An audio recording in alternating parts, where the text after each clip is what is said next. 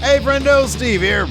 And Larson. And welcome back to Going in Raw, the only pro wrestling podcast you need to be listening to right here at youtube.com/Steve and Larson. Available wherever podcasts can be found, and of course taped live at the Twitch at twitch.tv/Steve and Larson. Real quick reminder for you guys, tomorrow, guys and gals, tomorrow on the Patreon at patreon.com/Steve and Larson, we'll be doing The Numbers Don't Lie. We're going to be applying the Going in Raw math to one Mr. David Batista in his wrestling career. So that should be a lot of fun. I'm looking forward to that. Do you have any initial guesses? I know we talked about this on Power Rank, but for the larger audience, do you have a guess as to what Dave Batista is going to end up in the Going in Raw math? Low mid sevens. Low mid sevens.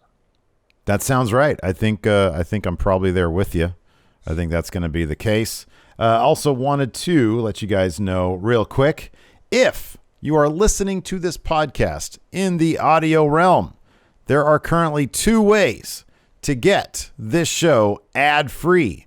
You can actually get it with bonus episodes on the Patreon at patreon.com/Steve and Larson for $5 a month. You can also get it through an audio link that I have coming up right now, and I've been searching for it. Look at the way I can postpone things here. Here we go. goinginraw.supercast.tech. That's how you can get the show ad-free. We've been fortunate enough, our good friendos over at Studio 71 hooking us up with those ads. But I can understand if people want their stuff ad-free. You could do that as $3 a month for that. So check that out if you're interested. If you're like, I just want the meat. I just want the good stuff. I get it. Mm-hmm. $3. I get it. $3. You can get it. Yeah. Anyways, another person who's going to be, what's a good segue for this one? Another person who's going to be getting more than $3 a month is Kevin Owens. Yeah, there you go. Once he hits free agency, this is kind of a shocker because I might have inadvertently made one of the biggest predictions of the year. Stumbling into success. That is not just the Going in Raw. That is the Going in Raw credo, man. We just saw Adam Cole and, of course, Bryan Danielson debut in AEW, Larson. But could Kevin Owens soon be All Elite as well? Wait a second. Hold on a second. I thought that it was reported that in 2019 he signed a 5-year deal. Well, Fightful Select. They're terrific, by the way. Go subscribe. Yes, go subscribe. Go subscribe. Reported yesterday that Owens's WWE contract is up much sooner than initially thought, as they're reporting that Kevin Owens will be a free agent January of 2022. That is less than 6 months away. That is about 4 months away. Exactly, which is, like I said, less than 6 months away. 4 is less than 6, yes. According to Fightful, Owens' deal originally was supposed to run into 2023, but WWE restructured his and others' deals before the pandemic and will now expire early next year. That's pretty crazy. Wow. Pretty crazy. Just the other day, or was it yesterday, Kevin Owens tweeted out the coordinates of Mount Rushmore. Of course, that was the faction he was in PWG, along with Adam Cole and the Young Bucks. Kevin Owens' career at WWE has always been, like, they'll go through spurts where he's highly involved in something high level and doing really great work. Then he'll be off TV for a while and kind of spin wheels for a little bit. And it's kind of, a rinse and repeat type pattern with him, unfortunately, because he's a fantastic wrestler. He's a fantastic talker. Yeah. And again, like a lot of people in WWE, I feel like we're seeing about like 85% of what he could really do. Dude, I'd be even shocked if it's that much. I remember early on when we were watching Kevin Owens, every match he would have there, he was like busting out something new. Yeah. And he one of the most creative people they have. Seems like a genuinely good person. Smart, creative, can go good guy, bad guy. He always brings motivation to his character work where you can kind of tell it's him and not creative necessarily. This guy has everything. I think that Vince McMahon really likes him. He just, it's kind of maybe a Bret Hart thing where I think Vince really liked Bret Hart, but he never quite saw Bret as the guy. And I don't know if I think he probably goes through phases where he's like, oh yeah, I see Kevin Owens as the guy. But then he looks at him and then he looks at a guy like Drew McIntyre. He's like, no, that's what the guy is. But clearly Owens has what it takes to be the guy. And again, it's a situation where in AEW, it's a company custom made for him. The only question at this point is when is Sami Zayn's contract up? We had read before that it was up pretty soon, but I guess at this point you sort of never know if they were doing restructuring of contracts at some point prior to the pandemic. Maybe that got changed around. Maybe he signed for a longer period of time. We don't know. Yeah, it's going to be interesting to see in the coming months who else had their contract restructured. Yeah, you know, because I mean, Fightful was clear to mention that Owens wasn't the only one. Yeah. You know, and who had maybe years taken off the contract, because Fightful said that it was 2018 that he talked about signing a new deal. Oh, it's 2018. A 5-year deal in 2018, which would have taken him through 2023. But now, at least a year has been taken off for whatever reason, and it sounds like you could be hitting the open market here in less than 6 months. Would not be shocked at all to see him go to AEW. Wouldn't be shocked in the would not either. That is a stacked. I mean, at that point, look, we like plenty of people in WWE. Who else sort of fits the AEW besides Sami Zayn and Kevin Owens? Who else in WWE fits that bill? I mean, I'm looking at a couple of them on our banner right here. We got Gargano, Ciampa, Pete Dunne, perhaps. Yeah. Well, if you take like a lot of NXT, I feel like would fit right in AEW. If you take that out, I was thinking main roster. Okay, look at main roster then. Ricochet. Some people here in chat have some good names. Ricochet, Finn Balor. Yeah. Keith Lee. I would think Keith Lee probably has a contract that's gonna last a while, though. I know he just signed a new deal, but Cesaro. Yeah, Cesaro just signed a new deal. Yeah. Nakamura. Yeah. I think all or any of them would be great in AEW. Cedric, that's a good one. Yeah. Drew Cedric would be great. Yeah. Yeah. Not sure I'd want to see Kyle O'Reilly over there. I like AEW.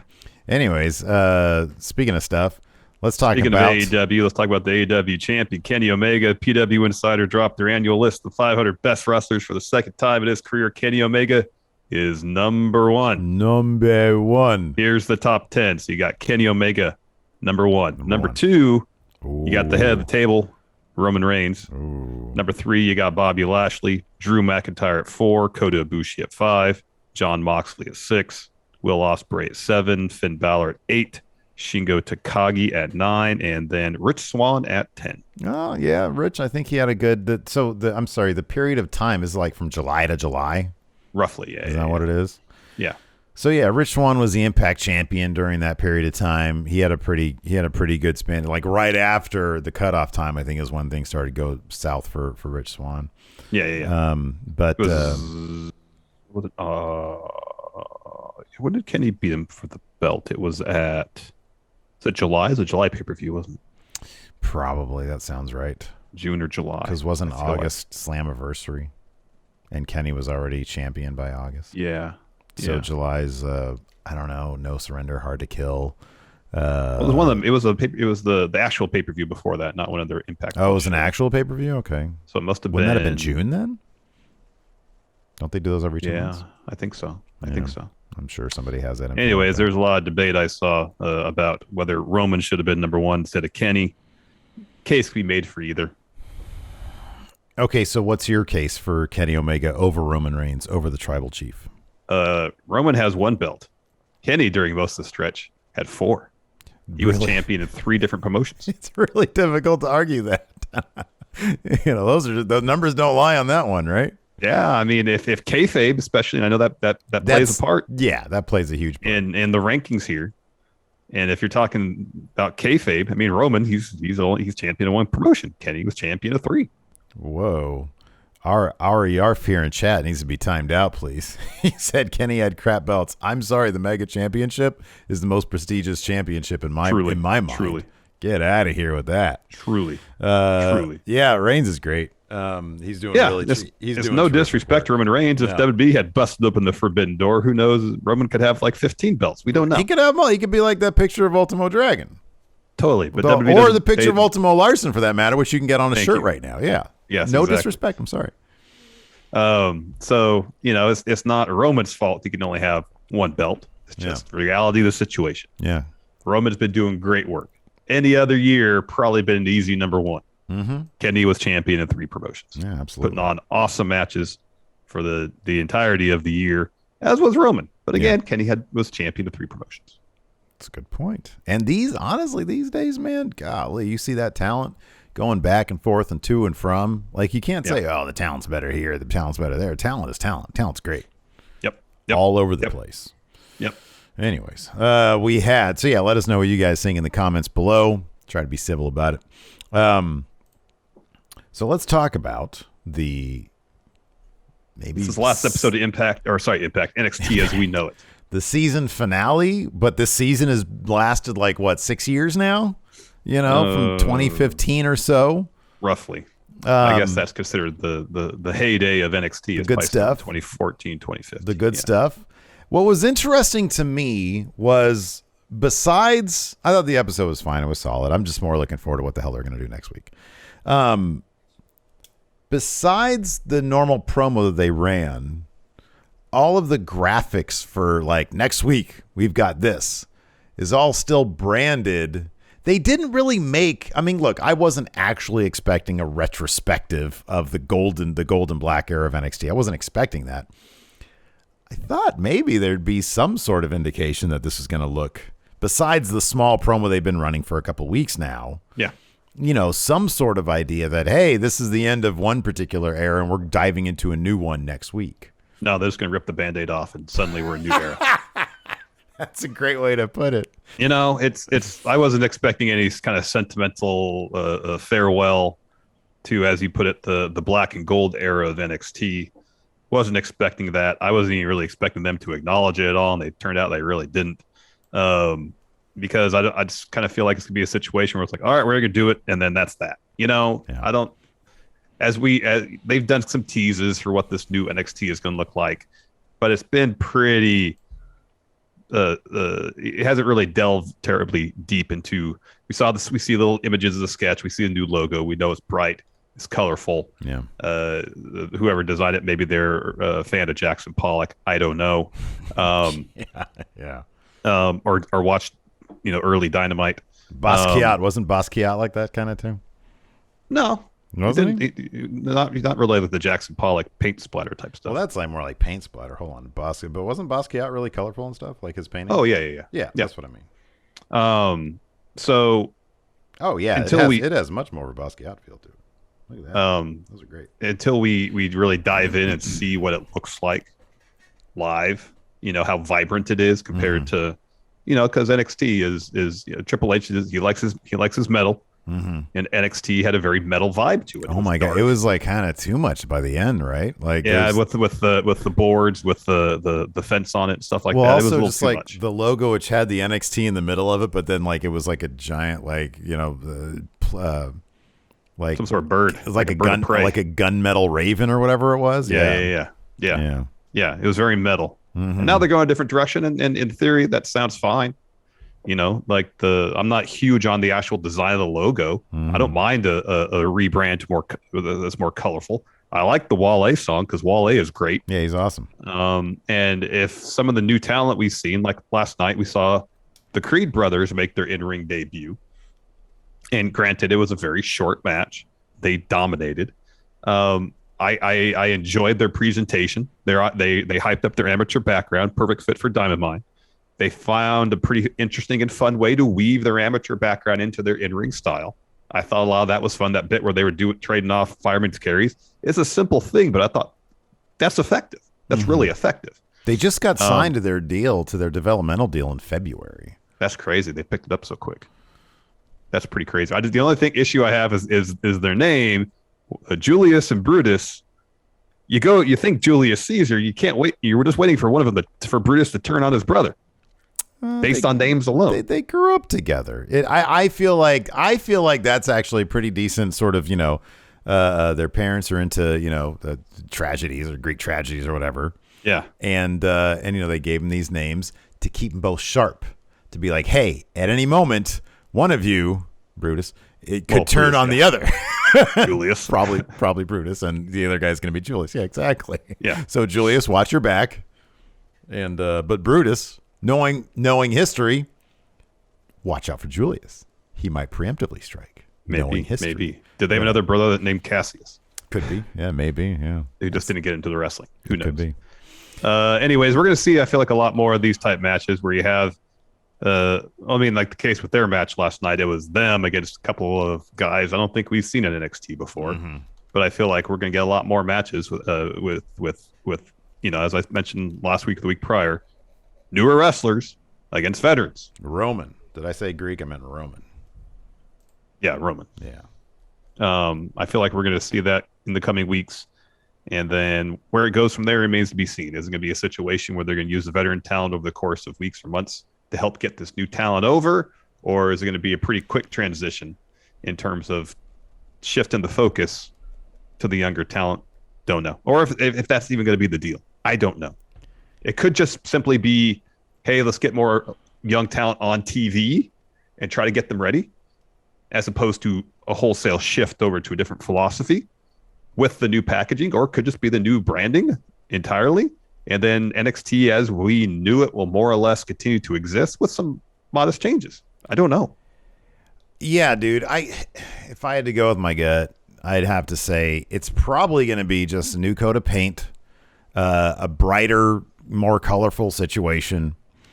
And over the next year, their philosophy on recruitment obviously will change. Yes, that'll play out as in terms of the wrestlers we see on TV, totally. Because they're still going to have to. I mean, you see Odyssey Jones. Obviously they want to feature him pretty prominently. He was part of the Bachelor part. I mean, so was Zombie Ref. But Odyssey Jones is there. They had Carmelo Hayes last night. I think that it's going to be a process. I mean, you can't just put the Creed brothers were fine last night. They've been in developmental for all of 7 months. You can't expect them to be.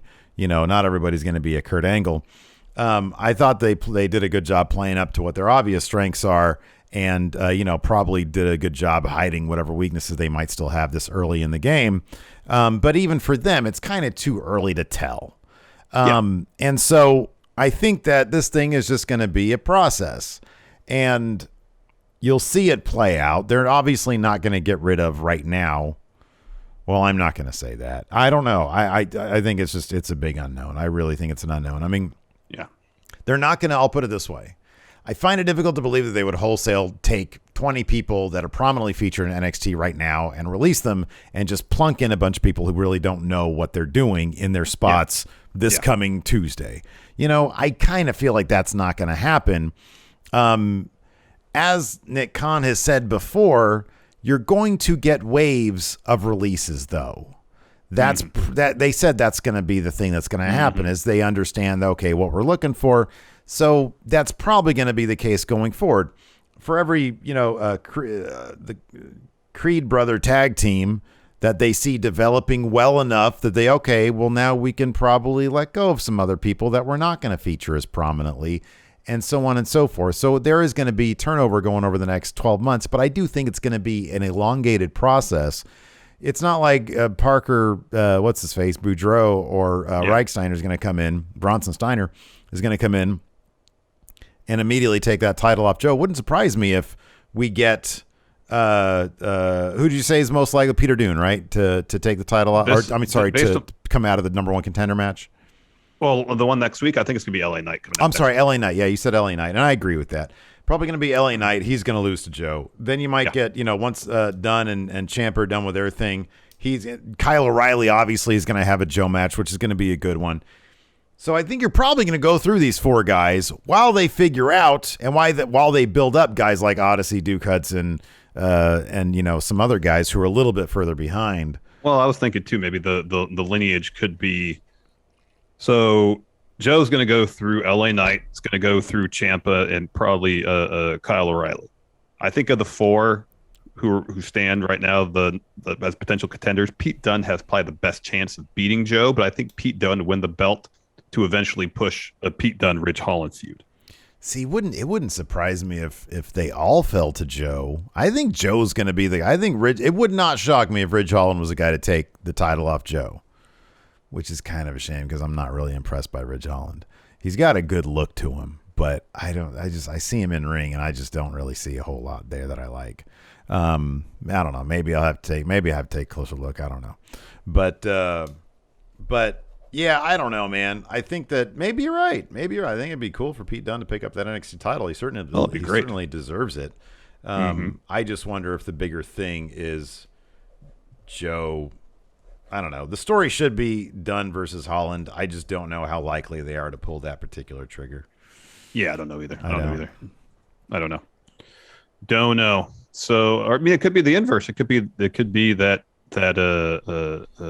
Holland is the one that ends up beating Joe for it, and that upset, like we saw last night, Pete Dunne's upset about and turns on Ridge Holland, and then you get babyface Ridge Holland. Or Dunne. I mean, who was the guy who was more eager to beat up on Lorcan and Birch last night? It was Holland. If Dunne faces off with Joe, Dunne loses. What if Holland then turns on Dunne and says, all you guys are losers. I'm the guy.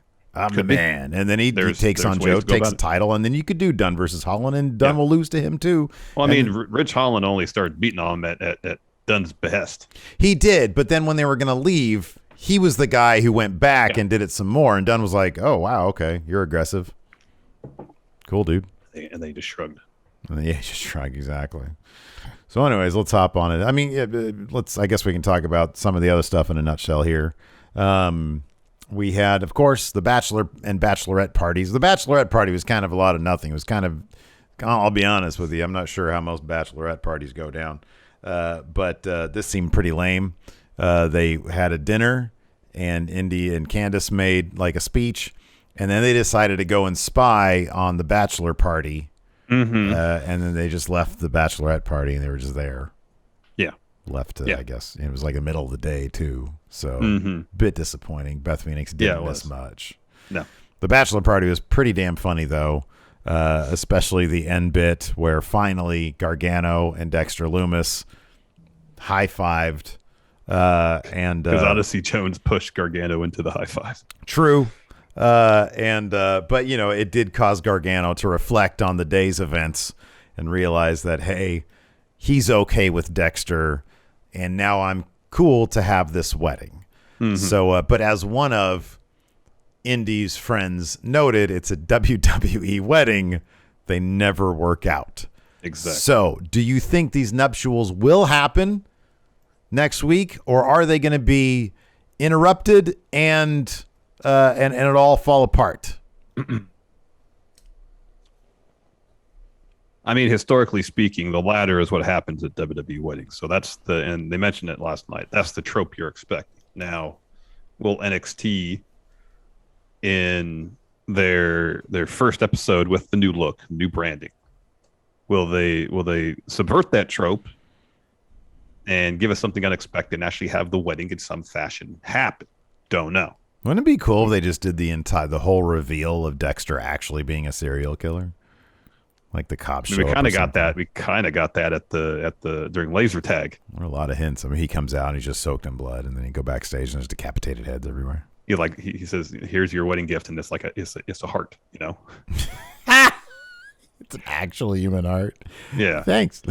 Patrick Levy thinks that Austin Theory's going to interfere. I like that idea. Oh, That's a good one. Maybe he shows up and he's like, Dexter had kidnapped me again.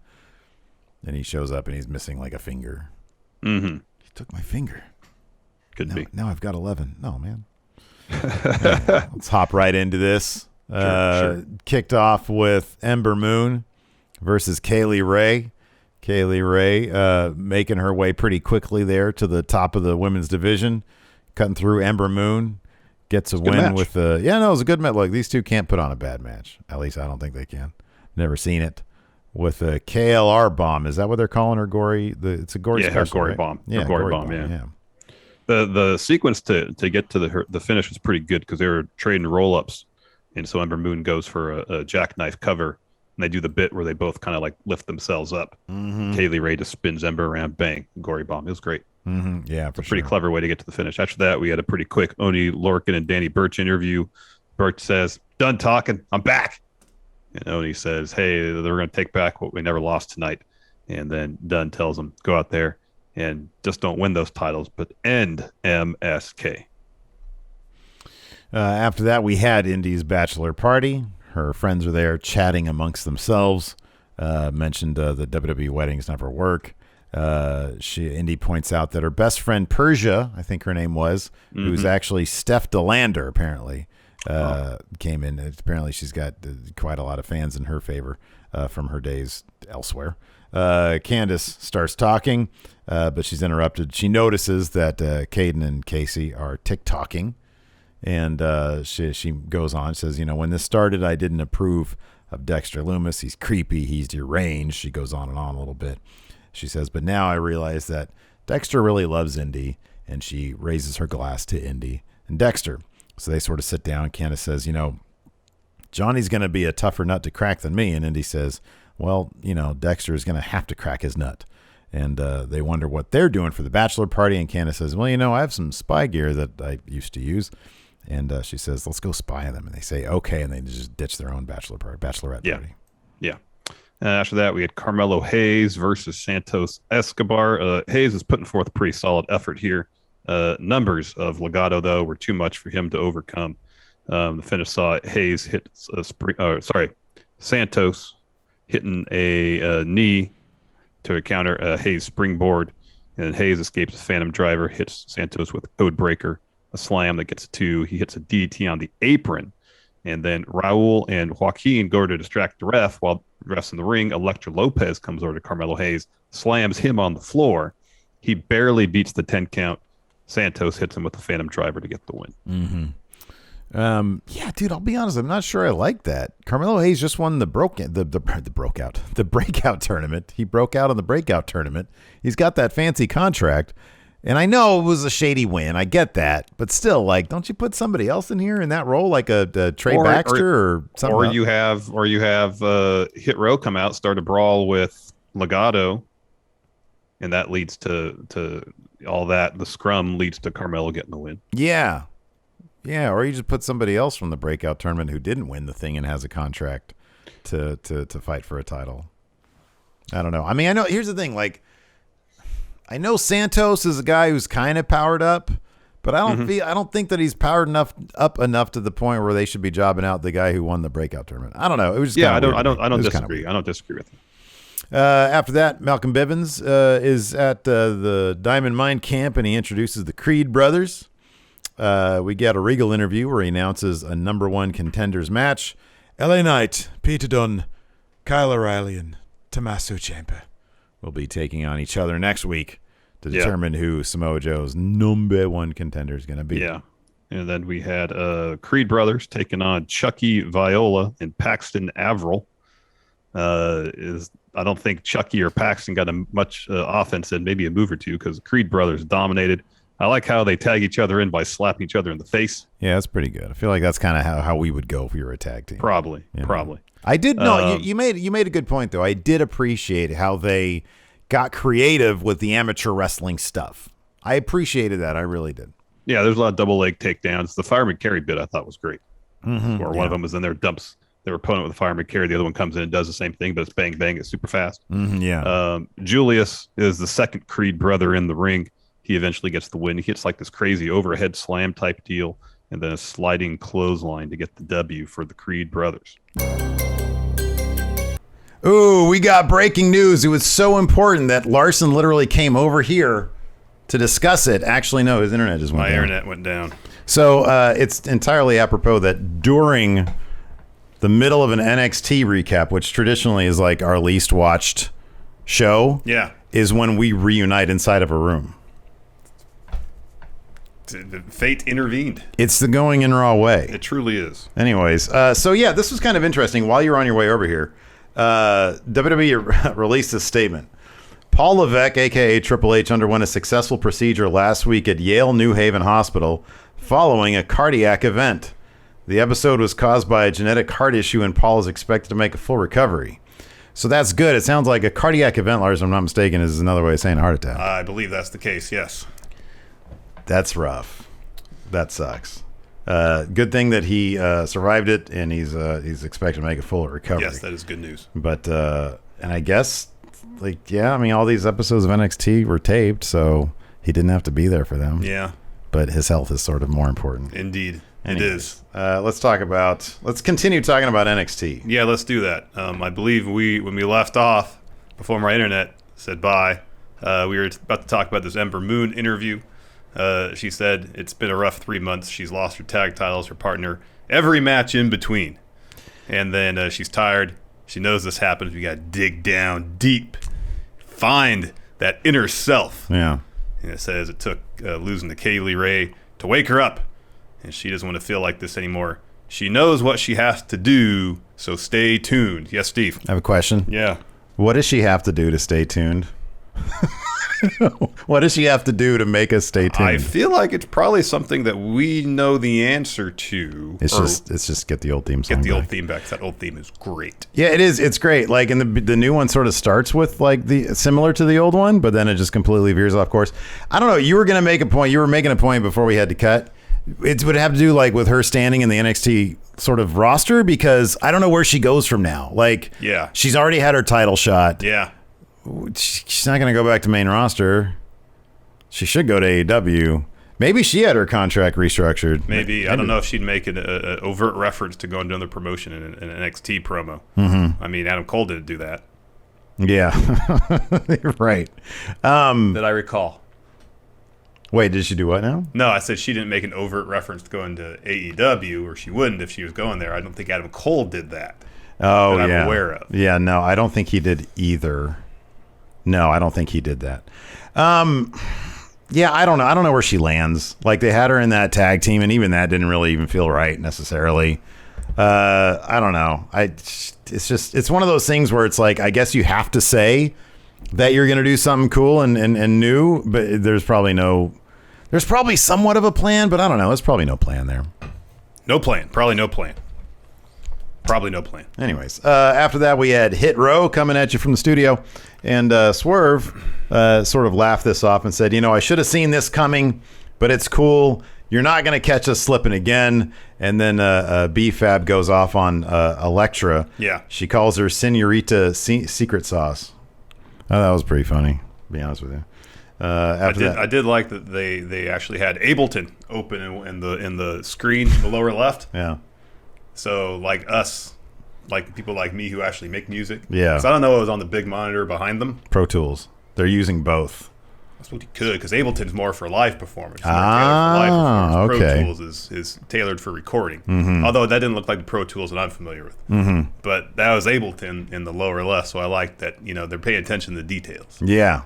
They're really... Do you think they actually do stuff there? Where do you think that is? That studio? Maybe that is Swerve Studio. Could be a studio. Anyways. I don't know either. After that, we had a tag team title match. Casey Canton-Zero and Caden Carter versus Io Shirai and Zoe Stark. This is all about Io and Zoe. Can they coexist? Can they coexist? They had a really hard time coexisting until like the very end. And I'll be honest with you, I kind of wish... I don't like Zoe Stark and Io Shirai as a tag team. I don't like the story of Io calling Zoe like a shitty... I don't like you. Yeah. She seems like a perfectly likable person. We've said this over and over again. I don't like them as a tag team. I think they're both, obviously, Io's like one of the best wrestlers on the planet. Zoe Stark is pretty good. Yeah, she's really good. But like Casey Canzaro and Caden Carter, they're like an actual tag team. Mm-hmm. Like, they work really well together. Yeah. And I don't like the idea that a tag team that works really well together would lose to basically a thrown together tag team that literally hates each other. Yeah, no, it doesn't make any sense. Kayfabe wise, it makes zero sense. It makes no sense. And even like the story of the match wasn't so much Io coming in or saving the day per se, Mm-hmm. It wasn't like Io letting Zoe have her chance to work as a team. That failed. She'll come and win the belts. It didn't really work out that way. Yeah. You know, in terms of the story of, in the match advancing whatever story they have going for Casey and Caden or Io and Zoe. It's not like Casey and Caden were distracted by some TikTok thing. Yeah, right. You know? Yeah. Because Zoe hits her finish on Casey and then tags in Io to hit the moonsault to get the win. Yeah. So it's just kind of a muddled story. I don't know where it's going. I don't know. I wonder if they just don't know where a lot of stuff is going. That could be after the match. Mandy Rose, Gigi Dolan, and JC Jane attack Casey and Caden on the ramp, and she's borrowing Sheamus's mask. Yeah, I saw that. It's unfortunately they didn't go through with the story that I thought it was going to be, which is syphilitic fake nose, and they're trying to cover up the hole in her head. I'll say we don't know what's going on underneath that mask. That's true. That could be a cover for syphilitic fake nose from the late 1800s. I'm telling my wife right now that you're here. Heads up, okay. Larson is here. All right. So don't let Gypsy out. There you go. So while you do that, I'll talk about this Kyle O'Reilly interview that I know you were really into. He talks about the last year being really challenging to go from heartbreak of losing championship matches to the turmoil of his best friend stabbing him in the back. And at TakeOver, he closed the chapter, not only in his career, but his life. He says, what's freeing? Not giving a damn. Being able to think and feel and do whatever you want. He says, I don't care what it takes, who's footing the bill. If he makes it to his next birthday even, the end game for him is the NXT title and Samoa Joe. It's not about the physical title, it's about what it represents. It's about being the best. He says, at TakeOver, one obsession ended, and next week, another one begins. This is like, number one, I've never liked him less than that promo last night. Really? I didn't even think it was his worst promo. I think he's had way worse promos than that one. So I'm not saying that he didn't come off nervous here. It came off like he's been taking bad acting lessons, like acting lessons from like in Barry, with his teacher, the Fonz. Yeah. This came off very staged. Like the way he was sitting looked unnatural. He was trying to sit naturally. Like, oh, I'm a nihilist now. I don't care about anything, man. When you sent me the still of it last night, I thought he was sitting in one of those chairs where the arms go straight from the back of the chair. Yeah. And so he's sitting up with his elbows like this. And when I was actually watching it live, I was like, no, he's sitting in the corner of the ring. Oh, is that what it was? Yeah. And so he has his knees up and he has his arms resting on the ropes. I thought it was a weird chair. That's what I thought too, based on what you sent me. But I watched it, I was like, no, he's sitting in the ring in the corner. Maggie has it right here in chat. She says he's like a 16-year-old existential crisis in a 30-something's body. Pretty much. It's so cheesy. It is. I just don't care anymore, man. Like, what is your motivation? Oh, now you don't care? It's so freeing, not giving a damn. I don't even care if I'm making my next birthday. Yeah, you do. Yeah, I know. Yeah, you do. I know. I don't know. It's so... He didn't sound nervous, but like his character, I literally want to see him be humiliated because this stuff is so cringy. You personally want to be the one that goes and gives him a wedgie. I kind of do, and I feel like, I don't know. I don't like it. I don't like any of it. I mean, I feel like this is an improvement over the in-ring stuff where he's obviously nervous. He wasn't nervous. He had a point to deliver, and he delivered it. But if you've ever go back and watch the first episode of Evolve. I think it's on Peacock. Yeah. This is the same thing. Yeah. It's the exact same promo that he's given. Oh, we're the best here at Evolve. No. It's like that. Like, yeah, it's like it's been 15 years. He hasn't like changed it all, or 10 years, whatever it was. That's interesting. Wasn't Zach Gibson supposed to have a match this week? I don't know if they're advertised, but I think they teased it. Oh, Grimes. That's right. When he dropped the title on, they didn't advertise that. I think they were setting it up because Grimes is on. He's paying for this bachelor he was party. Bankrolling the bachelor Dexter party. Loomis, so that's next. So we have Drake Maverick, Odyssey Jones, Johnny Gargano, and Zombie Ref in a limo, and John is wondering who's paying for this. Grimes comes in. He's like, "What are you doing here? Don't you and Loomis hate each other? You did for months." And Grimes is like, "Whatever. I'm paying for the whole thing." Says truce. And they shake on it. He and Loomis do. So first activity, go-kart racing. Grimes says, I'll give $10,000 to the winner. During the race, Candice and Indy are spying from this old car that's kind of like between the tracks. Mm-hmm, yeah. Loomis wrecks Zombie Ref. Yes. And John gets the win. I do really appreciate that it had Zombie Ref in there. That was a great fucking throwback. That was a good touch. I like that. That was a nice touch. Next up, axe throwing. They're asked by the staff member there if anybody here has experience with an axe, and Dexter Loomis raised his hand. Not surprising. So they're all terrible, of course, except for Loomis. He is great at axe throwing. And then he goes, because Gargano's being very frustrated with his axe throwing, and he goes and he helps John Gargano. You know, he tightens up the hilt and has him steadies his form, his elbow and stuff. And yeah. Okay, so I'm going to boost you up a little bit. Yeah, a little bit, just a little bit. I got to kind of hover over this mic. All right, try it now. So that explains my bad posture. So after that, John throws, hits pretty close to the bullseye. They give each other a thumbs up. Yeah. So the budding bromance is happening, or at least the prospective son-in-law, father-in-law relationship is starting to develop. Something like that. Then they go to Jump Start, which is a trampoline place. What's the place out here that looks exactly like this? Is it Sky High? Something like that, yeah. Okay. And the Odyssey and Grimes sees that Drake, like a child, is trying to bounce on the trampoline.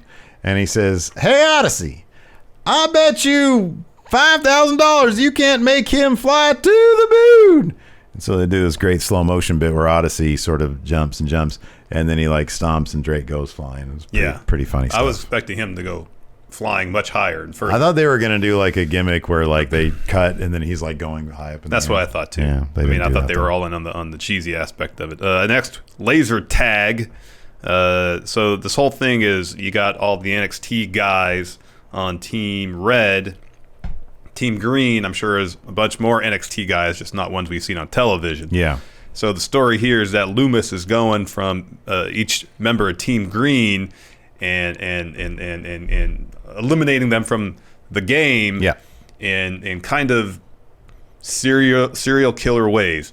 He uses chloroform on cloth, one. Yeah. You know, just knocks one out, and then John will come up and like shoot their sensor on their chest and officially eliminate them from the game. And this leads to an easy victory for Team Red. And then John is giving high fives to everybody. Loomis is the last one. He stops, but his hand's still up. And then Odyssey Jones nudges John forward, pushing John into Loomis, forcing the high five. Meanwhile, Indy and Candice, they roll in, and Indy says to Loomis, "You did it. You cracked Johnny's nut." And John wonders why they're spying on them. Candice kind of blows that off, says, "Now everybody's on the same page. It's great." John says, "You're right. Let's go have a wedding." Yeah, I really like this. I thought it was pretty fun. This is really cute. This is really fun. Let's see. After that, we had Frankie Monet backstage. Robert Stone comes in completely and totally out of breath. I assume that he had been running from Regal's office and now he's gassed. I would guess, yes. Okay.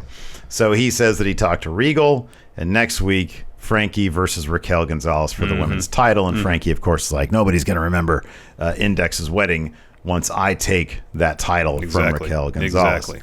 After this, we had the in-ring debut of Mei Ying. She's Karen Q. She's been in the ring before, but in this character, versus Jobber. Do you have the name of this person? Virginia Ferry. Thank you very much.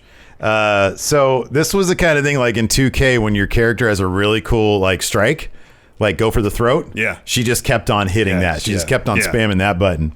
Everything was about going after the throat, and then she used Haku's old finish. Yes. Yeah. And got the win. And got that win there. After that, LA Knight, gotta fill up on gas soon because I'm almost out of it. Somebody here in chat noted that LA Knight's gas tank was really low. I didn't notice that, but I ran with it because they mentioned it in chat, and if it's not true, it's hilarious. That's funny. So anyways, he says, the NXT universe is going to do a lot of belly aching as I slap around 3 of your favorites, and then Samoa Joe has to look in these eyes, and know his time is up, because, whose game is it? LA Knight's game. LA Knight's game. It's not an insult, it's a fact of life. Then we got another one of these Ciampa promos. Motivated Ciampa is dangerous. Ciampa, he was motivated by avenging Thatcher's injury, and now he's motivated to beat up Holland, or he was. He did that. Now his motivation shifts. Now he has 2 goals. Goal 1. Goal number 1. He knows Pete Dunne is calling the shots, and the game that Pete Dunne's playing ain't going to end well for him. Goal number 2. Goal number 2. It's Goldie. He wants that NXT title back. He says the greatest things in life are worth waiting for, Goldie, and then he gets up very violently And throws his chair down. Maybe I'll do that when I leave today. You should do that when you leave. This is padded on the. Everything's just going to end up falling over. That is like the flimsiest. It really is. It's terrible. I thought about it. I was like, man, I wish I'd cleared off. I have nothing else. I mean, we could have done it there, but then I would have to reset everything up. That's why I brought this laptop. You know what I did while you were gone? I opened a bunch of comics for the Friendos. Oh, is that what was inside these dimple? It's a bunch of. You want to grab one over there? No, that's fine. You can. I got some issues of New Mutants. Well, let's get through the recap first, and then we'll see. All right, we'll do it before we read something. Yeah, there we go. We had a main event next. Oni Lorcan, Danny Burch taking on MSK for the tag titles. Decent enough bout. MSK get the win. Carter's isolated for a good portion. Wesley's so smooth in the ring. He's great. He's so great. He's great. MSK hit their finish. Afterwards, Pete Dunne, Ridge Holland hit the ring. Dunne gives a little nod to Ridge Holland. Ridge Holland then headbutts Danny Burch. And then Pete Dunne kicks Oni Lorcan. They hit like a head kick, whatever Ridge's finish is called on Oni. And they're about to leave. Ridge gets back in, headbutts Danny Burch again. So, yeah. So they're out of Dunne and Company. Seems that way. The Pete Dunne group is now just Pete Dunne and Ridge Holland. It's a two-man act now. Yeah. Company is just Ridge Holland. Yeah. So, anyways, we'll take some of your questions Do you want to do an AEW preview real quick? Oh, yeah. I have one here. I don't have it in my notes. Let's see if I remember what's happening on AEW tonight. All right. Let's see if I know. It's a quiz. Okay, so I do know this. Tony Khan has confirmed on Busted Open that Adam Cole and Daniel Bryan are going to be there. Mox versus Suzuki, of course. Correct. That's going to be the main event, Yes. you'd think. You would think, yes. Hold on. That's all I know. Dustin Rhodes versus Malachi Black. There you go. That might be the main event. Powerhouse Hobbs versus Dante Martin. Yes. CM Punk speaks about His win against Darby Allin? close enough in-ring return, and then Ruby Soho versus Oh, shit. This I don't know. Don't tell me. Oh, Nyla Rose? Jamie Hayter. Ah, that makes sense. You're close. Okay, cool. Close. All right, let's go ahead and answer some Actually, questions. that last match you weren't that close, but anyway. I wasn't even close to it. All right. Patreon. Yes. Oh, by the way, we got a couple new patrons. Oh, cool. Superlicious. Stupid People, Stupid Things. Isaiah Lufkin. What a great name. Jesper Svensson. Oh. Thank you very much for your support. We appreciate it. Like I said, numbers don't lie. Tomorrow, boy, doesn't it suck when Comcast goes down? I swear it's been happening a lot more lately.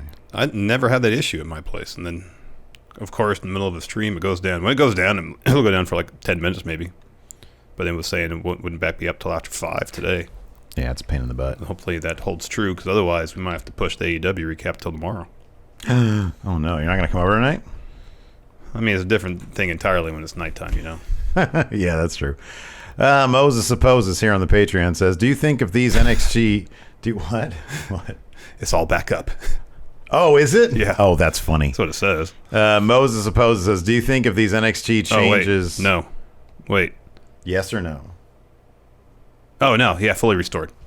All right. So that's good. Cool. All right. Awesome. Yay. I'll head back home. We can do questions there. How about that?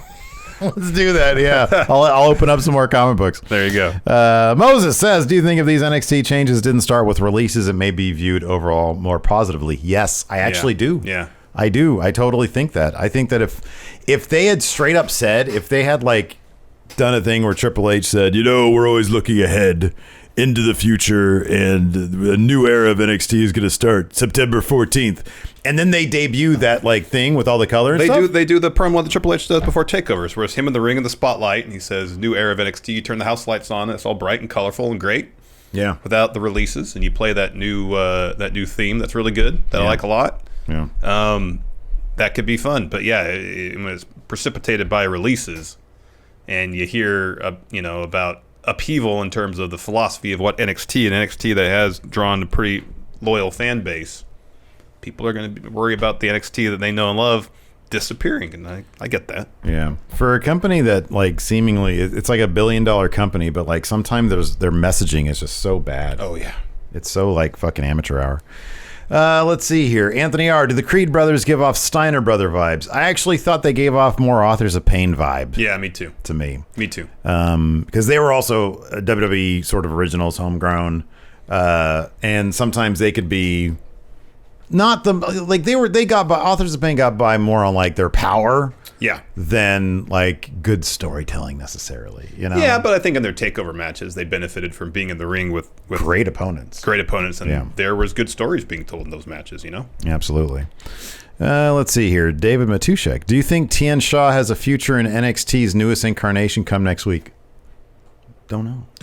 Have no idea. The presentation's great. Yeah. Hurricane says, since this is the return of you two together, what was your favorite tag team reunion? Man, I was so close to saying Edge and Christian at the Rumble, but no, I'm not going to say that. That was a good moment, though, Steve. Yeah, it was all right. I mean, one of the guys, it was a cool moment for him.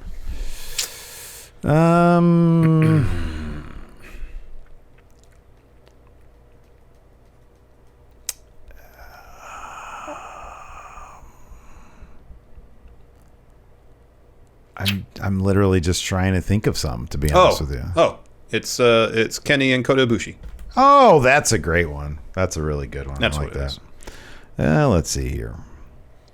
Mondo, of all the wrestlers who have been in NXT for a while, who's someone you think could do well on main roster, and who's someone who should definitely go to AEW? I think Tommaso Ciampa should definitely go to AEW, and Gargano could do well on main roster because I think that his character stuff is so good that he could be another Daniel Bryan. I'm gonna go the opposite. I think Ciampa would probably do well on the main roster. Okay. And then I think Gargano would probably benefit from because I feel like the worry would be with Gargano is they'd see his character stuff in NXT and then make him a comedy guy. Mm-hmm, yeah. Which he could do, but obviously the ceiling for being a comedy guy in WWE is not terribly high. Let me ask you something. Yeah. What do you? Vince McMahon obviously was very high on Daniel Bryan. Yeah. Why do you think that is? Because Vince gets high on certain people, and that sort of buck his trend. You know? Yeah. No, I know. And I've always been curious about like, okay, what is it about Daniel Bryan? He's smaller. He's an indie wrestling guy. Because I do see those parallels with Gargano, and I do see them with Cole, and I'm wondering what he sees in Daniel Bryan that he didn't see in them. Here's maybe the only thing I can think of, and this is just speculation. But I have no basis for the speculation, really, whatsoever. More or less, I kind of feel like Daniel Bryan... Remember when he talked about how he took that ambition test and someone from WB said, this is the lowest score I ever got? I feel like maybe Vince sees Daniel Bryan as... He's a unique individual in that respect, and I wonder if Vince just appreciates, hey, you know... You may not care about the same things that other wrestlers care about. You may not care about the same things that I care about. But I respect that because you're just being you know? Yeah. I don't know what else it would be. There's a particular time where it seemed like Vince was opening up to, you know, different style wrestlers. And you know, like, obviously he has some fondness for Kevin Owens. Some fondness for Seth Rollins, you know? Yeah. And Seth, to a certain degree, fits the mold a little bit of what Vince historically has. Oh, he does. Physically, he does. Yeah. I mean, he's not 6'4", he's like 6'1" or 6'2". And he cut his teeth in the independents. So I wonder if it's less about what Vince didn't see in Adam Cole and is just in his mind for the product that he wants to put out there. Indie wrestlers is not who he sees as carrying the company into the future. I think over the last 10 years, it seemed like he, you know, more so in later years, kind of dabbled in making former indie guys, you know, like champions in the company, and he probably sees the ratings go down and says, well, that's got to be the correlation. I wonder if it's because he choked that dude. He choked Justin Roberts. Could be. Because here's the thing. Some people here in chat are correctly saying, you know, the fan support behind Daniel Bryan was nuts. But here's the thing. There have been so many other wrestlers who got that fan support. Rusev, Damian Sandow. A lot of people got over. I know Daniel Bryan, it was crazy different because, like, it was louder.